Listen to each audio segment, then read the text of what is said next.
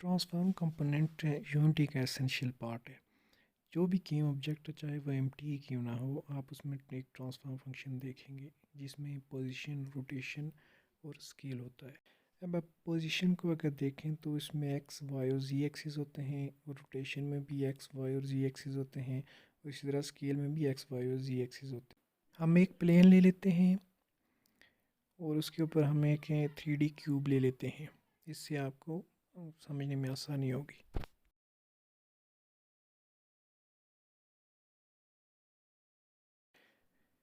हमने क्यूब और प्लेन लिए हैं, और क्यूब में हम जो हमने रेड मटेरियल ऐड कर दिया है। हम अब सी शार्प स्क्रिप्ट क्रिएट करेंगे और इसको एक फर्जी सा नाम दे देंगे।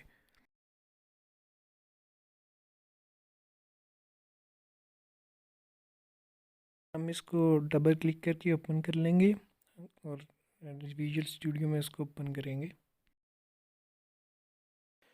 यूनिटी के अंदर जो क्लासेस होती हैं वो ज़्यादातर मोनो बिहेवियर से इनहेरिट होते हैं। अपनी क्लास भी बना सकते हैं, लेकिन हम जो यूज़ करते हैं वो मोनो बिहेवियर से होती हैं। सबसे पहले हम ट्रांसफॉर्म को पब्लिक कर लेंगे और इसको हम क्यूब का नाम दे देंगे ताकि ये स्पेक्ट्रम में शो हो सके।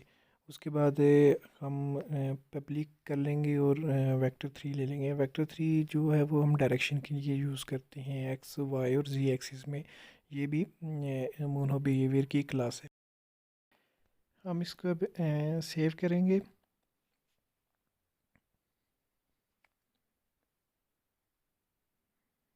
अब इस स्क्रिप्ट को हम क्यूब के साथ अटैच कर लेंगे। अगर आप क्यूब को देखें जी, क्यूब पे तो यहाँ पे लिखा हुआ है नानो ट्रांसफॉर्म। हम इसको क्यूब को इसकी जगह लाएंगे तो आगे ट्रांसफॉर्म आ गया। जो हमने वेक्टर 3 डायरेक्शन लिखा था वो देखें एक्स वाई जी एक्सिस में आ गया। हम वेक्टर 3 को इंस्टेंशिएट करेंगे। वेक्टर 3 की में जो होता है एक्स वाई और जी एक्सिस आते हैं। इसकी हम वैल्यूज़ डालेंगे, न्यू करके वेक्टर 3 डालेंगे। फिर उसके बाद ब्रैकेट डालेंगे और इसमें 3 वैल्यूज़ आती हैं, एक्स एक्सिस में, वाई एक्सिस में और जी एक्सिस में। तो इसके लिए हम एक फ़्लोट, पब्लिक फ़्लोट, ताकि आपको आसानी से समझ आ जाए, पब्लिक फ़्लोट कर लेंगे और एक की जगह का नाम एक्स रख लेंगे। ये वैल्यूज़ है, फ़्लोट एक्स ये एक वैल्यू है। तो फिर इसकी इसी तरह हम पब्लिक फ़्लोट वाई कर लेंगे, और फिर इसके बाद हम पब्लिक फ़्लोट जी कर लेंगे। इस तरह वाई कर लेंगे और ये जी कर लेंगे, और हम इसको न्यू वेक्टर 3 के अंदर डाल देंगे। एक्स एक्स एक्सिस में एक्स, वाई में वाई और जी में जी। और ताकि ये हमने पब्लिक किया है ताकि हमें इंस्पेक्टर में शो हो सके और आसानी से वहाँ हम इसमें वैल्यूज़ डाल सकें। अब हम इसको सेव कर लेते हैं, और फिर उसके बाद जैसे ही इंस्पेक्टर में जाते हैं आप देखेंगे कि 3 वैल्यूज शो हो गई, एक्स, वाई और जी एक्सिस में। तो यहाँ से हम अब इसकी ईज़िली वैल्यूज़ चेंज करेंगे। अब वापस आ जाते हैं। अब हमने क्यूब को सबसे पहले पोजीशन देखनी है क्यूब की, और उसको हम ट्रांसफॉर्म डॉट क्यूब लिख लेते हैं। क्यूब तो लिखने की ज़रूरत नहीं है क्योंकि स्क्रिप्ट गेम ऑब्जेक्ट के साथ ही अटैच है, लेकिन लिख लेते हैं आपके लिए। इज इक्वल टू कर लेंगे हम उसको डायरेक्शन के, जो डायरेक्शन हमने दी है हमने उसके इक्वल कर लिया है क्यूब को। अब डायरेक्शन हम जाके इंस्पेक्टर में देंगे कि एक्स एक्सिस में क्या डायरेक्शन होगी, वाई में क्या होगी और जी में क्या होगी। लेट्स सपोज हमने एक वैल्यू दे दी, और उसके बाद देखें कि एक्स वाई और जी में यहाँ पे 0 0 है क्यूब का। जैसे ही हम रन करेंगे तो आप देखेंगे वैल्यूज़ क्या हो गई, 5 5 और 5 हो गई। पोजीशन हमारे पास क्या आ गई, 5 आ गई, 5 आ गई और 5 आ गई। तो जैसे ही हम एक्स वाई और जी की वैल्यू चेंज करेंगे वेक्टर 3 के जरिए से, तो हमारी वैल्यूज़ भी चेंज होती जाएंगी। जो ट्रांसफॉर्म डॉट पोजिशन है, जो सबसे ट्रांसफॉर्म का सबसे पहला पैरामीटर है पोजीशन। इसके बाद हम ट्रांसफॉर्म डॉट यूलर एंगल्स कर लेंगे, मतलब कि रोटेशन। हम यहाँ पे रोटेशन भी यूज़ कर सकते हैं, लेकिन उसका अपना वेक्टर 3 होता है, इसलिए हम रूलर एंगल का यूज़ करके उसको डायरेक्शन के इक्वल कर लेंगे। तो जैसे ही हम यूलर एंगल्स को हम डायरेक्शन के इक्वल करेंगे, तो आप देखेंगे कि जो हम वैल्यूज़ देंगे फ्लोट एक्स वाई और जी में, तो वो उसी के इक्वल होती जाएगी रोटेशन भी।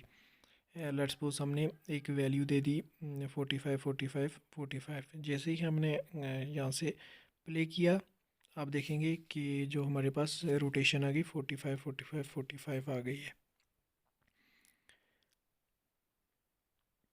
अब इसकी अगर कोई और वैल्यू देते हैं तो वो भी आ जाएगी। अगर एक ही एक्सिस पे एक्स एक्सिस पे देते हैं, बाकी ज़ीरो रखते हैं, तो देखें कि सिर्फ एक्स एक्सिस पे इसका एंगल जो 45 आ गया है। अब जो तीसरा आता है वो हमारे पास आता है स्केल, जो थर्ड पैरामीटर है। अब हम इसको इसी तरह पेस्ट कर लेंगे और यहाँ पे हम लोकल स्केल रख लिख लेंगे। लोकल स्केल जो उसका लोकल स्केल जो थर्ड कंपोनेंट है, जो थर्ड पार्ट है, उसके लिए हम इस्तेमाल करते हैं। अब इसको इक्वल टू डायरेक्शन के लिए करेंगे और जैसे ही हम स्केल को की कोई वैल्यूज़ देंगे, फॉर एग्ज़ाम्पल हमने कोई एक वैल्यू दे दी 10 10 10, तो ये तो बहुत बढ़िया कि चले प्ले करते हैं। ये देखें कि ये एकदम से ये आपकी स्केल की वैल्यूज़ आ गई हैं। ये अब 2 2 2 करके देख देते हैं, देखें कि आप कि अब स्केल भी उसी तरह से इंक्रीज़ हो गया। ये हमारे क्या आ गई पोजीशन। हमने ये जो तमाम फंक्शंस हैं हमने इनको स्टार्ट में किया। स्टार्ट तो जो शुरू में इनिशियलाइज़ होती है गेम, तब एक ही बार कॉल होता है। तो अब हम इसको एयर फ्रेम में कॉल करेंगे ताकि हमें इसकी जो पोजीशन है ये हमें मूवमेंट लगे। अब देखें कि हम इसी की तरह ट्रांसफॉर्म डॉट पोजीशन कर लेंगे प्लस इक्वल टू डायरेक्शन कर लेंगे और हम इसको टाइम डॉट डेल्टा टाइम के साथ मल्टीप्लाई कर लेंगे, ताकि जैसे ही टाइम बढ़ता जाए तो हमारी जो डायरेक्शंस की वैल्यूज़ हैं वो भी इंक्रीज़ होती जाए। जैसे हमने यहाँ पे पोजीशन के लिए कर लिया, तो अब हम जैसे ही यहाँ पे वैल्यूज़ डालेंगे तो उस हिसाब से सबसे पहले तो हम कैमरा डाल देते हैं, क्योंकि कैमरा इसके साथ अटैच करेंगे ताकि वो क्यूब के साथ मूव करे। तो जैसे ही हमने यहाँ पे वैल्यूज़ डाली, एक एक्स एक्सिस पे हमने वैल्यूज़ डाली और जैसे ही हमने प्ले किया, देखें कि आप एक्स एक्सिस पे लगातार पर फ्रेम के हिसाब से वैल्यूज़ चेंज हो रही हैं। तो फिर इसी तरह अगर हम वाई एक्सिस में करेंगे तो वाई एक्सिस में भी आप देखेंगे कि वैल्यूज़ उसी तरह चेंज होंगी। वाई में हमने वही वैल्यू दे के और उसके बाद हम इसको ज़ीरो करके जैसे ही हम इसको प्ले करेंगे तो आप देखेंगे कि ये अपवर्ड की तरफ मूव हो रहा है। ये देखिए पर फ्रेम के हिसाब से मूव हो रहा है। और उसके बाद जो जी एक्सिस है, जी एक्सिस में अगर हम वैल्यूज़ डालते हैं, वैल्यूज़ डाल के जैसे ही हम प्ले करते हैं तो वह देखें कि वो मूव कर रहा है जी एक्सिस में।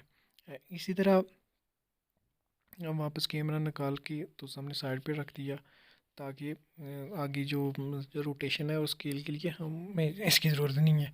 ये जो टाइम डेल्टा टाइम है, ये जो करंट फ्रेम और लास्ट फ्रेम के दरमियान जो टाइम होता है वो टाइम होता है, ये टाइम लगातार बढ़ता रहता है। तो इसलिए हमने इसको डायरेक्शन से मल्टीप्लाई किया था। अब हम इसको ऊपर से रोटेशन के लिए कॉपी करके नीचे ले आएंगे और इसी को हम नीचे भी ऐड कर देंगे। अब आप जैसे ही हम इसको सेव करके वापस आगे प्ले करेंगे, हम इसको कोई वैल्यूज़ दे देते हैं। ये हमने कोई वैल्यू दे दी तो आप देखेंगे कि हमारी वैल्यूज़, हम दोबारा से प्ले करते हैं इसको, देखेंगे उसकी वैल्यूज़ चेंज हो रही हैं ये रोटेशन की। हम इसको अगर बड़ा सा भी एंगल दे दें फिर उसके हिसाब से पर फ्रेम के हिसाब से रोटेशन की वैल्यूज़ चेंज होंगी। ये देख सकते हैं आप, रोटेशन के हिसाब से वैल्यू चेंज हो रही हैं।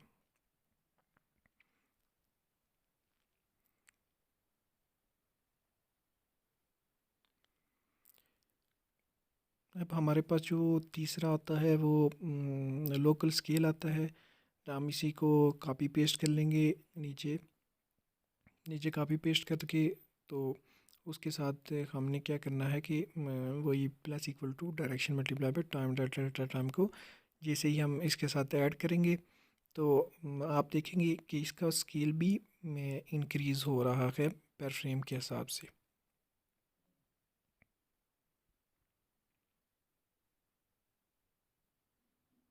यह देखिए पर फ्रेम के हिसाब से इसका स्केल भी चेंज हो रहा है। ये तो बहुत तेज़ी से हो रहा था। चले हम इसकी वैल्यूज़ एक ही एक्सिस पे करके देखते हैं। एक्स एक्सिस पे देखें कि ये इस तरह मूव हो रहा है। इसी तरह अगर हम वाई पे करेंगे तो ये उसी तरह स्केल इंक्रीज़ होता जाएगा। ये देखें अपवर्ड की तरफ हो रहा है। और इसके बाद अगर हम जी में करेंगे तो ये जी में भी इसी तरह से चेंज होगा।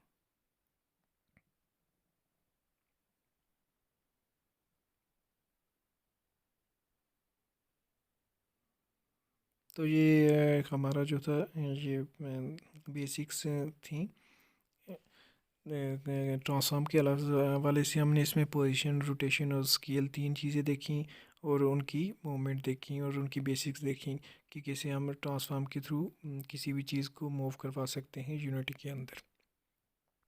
सिंपल सा स्क्रिप्ट है। अब